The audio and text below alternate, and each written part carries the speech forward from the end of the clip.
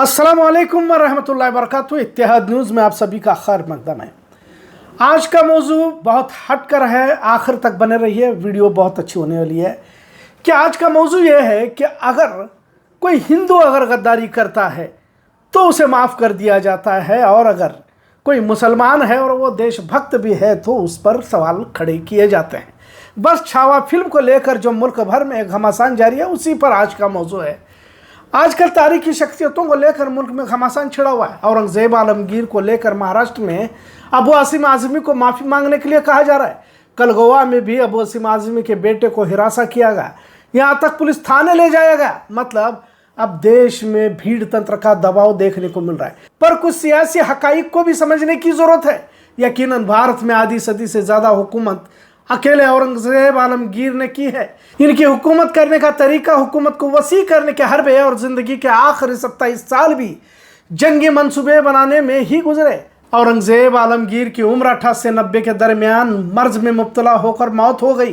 तकरीबन 90 साल की उम्र में भी 5 वक्त की नमाज अदा किया करते थे। तारीखदान लिखते हैं कि जब इनकी रूह कब्ज हो रही थी तब भी जुबान से जिक्र और तस्बीह के मनके को आगे करते हुए देखा गया। कुरान मजीद से इन्हें काफ़ी मोहब्बत थी और कई कुरानों को उन्होंने खुद हाथ से लिखा। औरंगजेब की नफरत में फ़िलहाल कई झूठी खबरों को फैलाकर इन्हें खलनायक बनाने की कोशिश जारी है, लेकिन आधी सदी से ज़्यादा सरजमीन हिंद पर सल्तनत करने वाला बेताज बादशाह कोई गुजरा तो वह औरंगजेब आलमगीर ही था। अब इसे आक्रांता, बाहरी या फिर हिंदू विरोधी बनाया जा रहा है। भाजपा संघ की सियासत नफरती होती है, यह सभी जानते हैं। कर्नाटक में भी इसी तरह टीपू सुल्तान को खलनायक बनाने की कोशिश की गई और दोनों जगहों पर कुछ हद तक कामयाब हुए कह सकते हैं। सभी जानते हैं कि जो भी तारीखी जंगें भारत में हुई है सत्ता हासिल करने के लिए हुई थी। अगर कोई हिंदू बादशाह था तो वहाँ मुस्लिम फौजी या मुस्लिम सिपह सालार हुआ करते थे, और अगर हिंदू बादशाह होता तो मुस्लिम सिपह सालार और कुछ मुस्लिम फौजी भी हुआ करते थे। और यह तारीख की वो सच्चाई है जिसे झुटलाया नहीं जा सकता। पर जिस तरह एक नफरती और प्रोपेगेंडा फिल्मों के जरिए माहौल को तनाव में बदलने की कोशिश की जा रही है, बड़ा अफसोस करने का लायक कहा जा सकता है। बेलगाम महाराष्ट्र का सरहदी शहर होने से यहाँ भी इसका असर शिद्दत से महसूस किया जा सकता है। लिहाजा थोड़ा इसी मद्देनज़र में तारीख़ी हक़ाइक़ को समझने की कोशिश करेंगे। अगर औरंगजेब की तरफ या औरंगजेब को अच्छा कहने वालों को देश विरोधी, हिंदू विरोधी कहा जा रहा है, तो फिर जिन हिंदुओं ने औरंगजेब का साथ देकर उन्हीं के संभाजी महाराज के कत्ल को अंजाम दिया उनके लिए क्या कहा जाएगा? क्योंकि बात संभाजी महाराज की हो रही है तो उनके कत्ल को अंजाम देने वाले गनोजी शिर्के और कान्होजी शिर्के संभाजी महाराज की बीवी येसुबाई के भाई थे। एक और रिश्ता यहाँ के गनोजी शिर्के की शादी संभाजी महाराज की बहन कुंवरबाई से हुई थी, मतलब बहनों ही भी थे।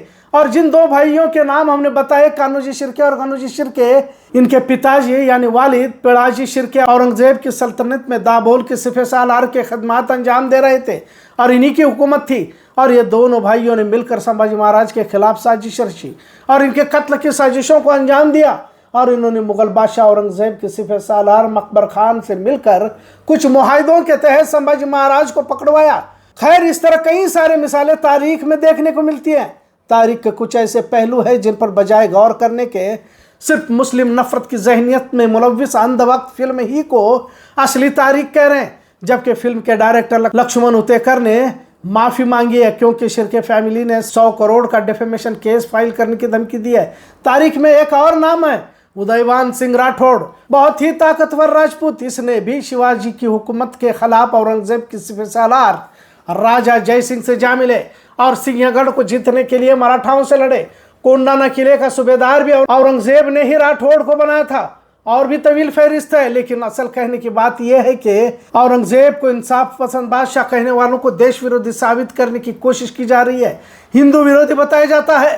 पर उन लोगों का क्या जो हिंदू तो थे ही और शिवाजी महाराज संभाजी महाराज के खिलाफ औरंगजेब की फौज में शरीक होकर मराठों से या राजपूतों के खिलाफ लड़ते थे, और आज भी उन्हें हुकूमतों में डिप्टी सीएम तक बनाया जाता है, जिनके खानदान वालों ने संभाजी महाराज के खिलाफ गद्दारी की थी।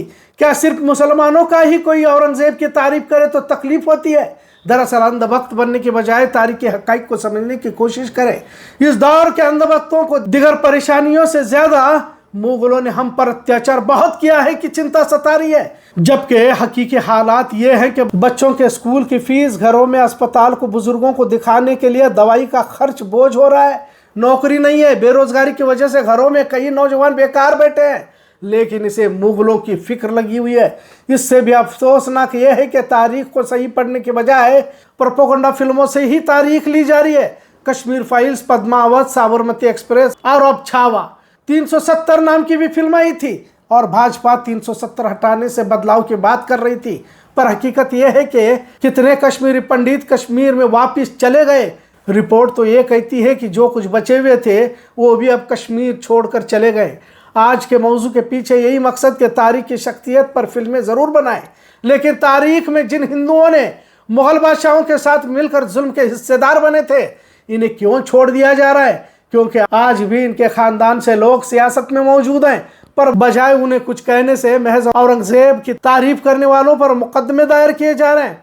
कहाँ तक सही है? कर्नाटक में भी टीपू सुल्तान को इसी तरह से पेश किया जा रहा है और भाजपा संघ के दबाव में कांग्रेस हुकूमत भी अब टीपू सुल्तान पर जुबान तक खोलने को तैयार नहीं।